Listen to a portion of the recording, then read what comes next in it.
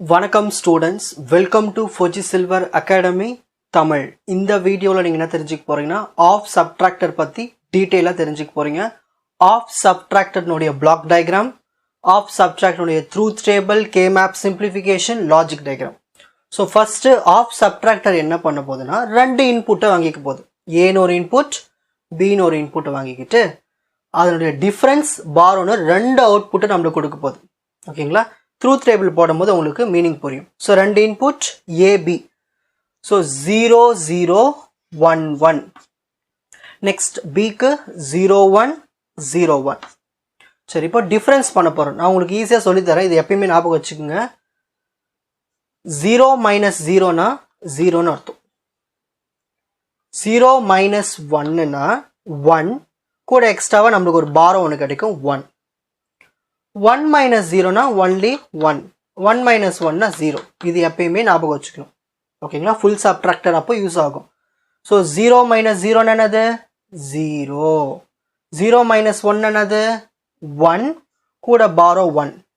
1 minus 0 என்னது 1. 1 minus 1 0. ஓகேங்களா? அப்போ பேலன்ஸ் கேப் இருக்கிற பாக்ஸஸ்லாம் நம்ம 0ன்னு போட்டுக்கணும். ஓகேங்களா? இதுதான் வந்து ட்ரூத் டேபிள். இப்போ கே மேப் சிம்பிளிஃபை பண்ண போகிறோம். ஃபார் டிஃப்ரென்ஸ், டிஃப்ரென்ஸில் எங்கே 1 இருக்குது, ரெண்டு இடத்துல இருக்குது 1. இங்கே ஒரு 1, இங்கே ஒரு 1. இந்த 1 எதுக்கு 0 1க்கு, 0 1க்கு இடத்துல 1. நெக்ஸ்ட்டு 1 0 இருக்க இடத்துல 1, 1 0 இருக்க இடத்துல 1. இப்போ என்ன பண்ண போகிறோம்னா இது ரெண்டுத்தையும் பேர் பண்ண, இப்படிலாம் இல்லீகல் குரூப்பிங்லாம் பண்ணக்கூடாது, இது தனித்தனியாக தான் பேர் ஆகும். ஸோ இந்த 1க்கு லெஃப்டில் என்ன இருக்குது, இங்கே ஏ பார். இந்த 1க்கு டாப்பில் என்ன இருக்குது பி. ப்ளஸ் இந்த 1க்கு லெஃப்ட்ல இருக்கு ஏ, இந்த 1க்கு டாப்ல இருக்கு B bar.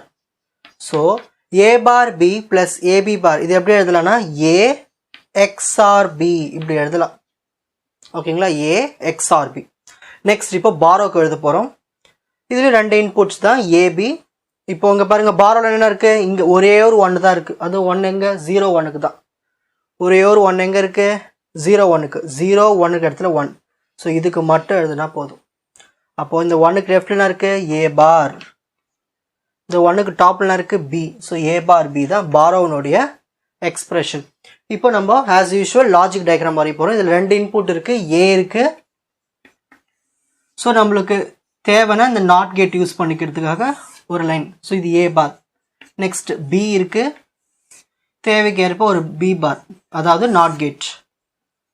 So first difference வரைய போகிறோம். ஏக்கும் பிக்கும் எக்ஸ்ஆர் கேட்.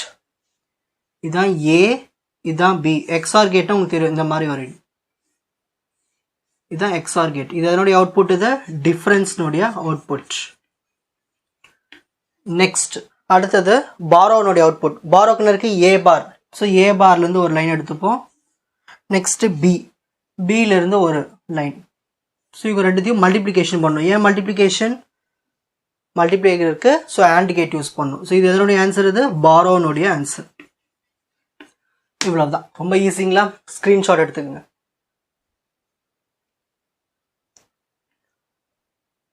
இந்த சப்ஜெக்டினுடைய மற்ற வீடியோஸ்களை குறிப்பிட்ட பிளேலிஸ்டில் பார்த்து பயனடையுமாறு கேட்டுக்கொள்கிறேன். Fauji silver academy, strength, success, clarity. வணக்கம்.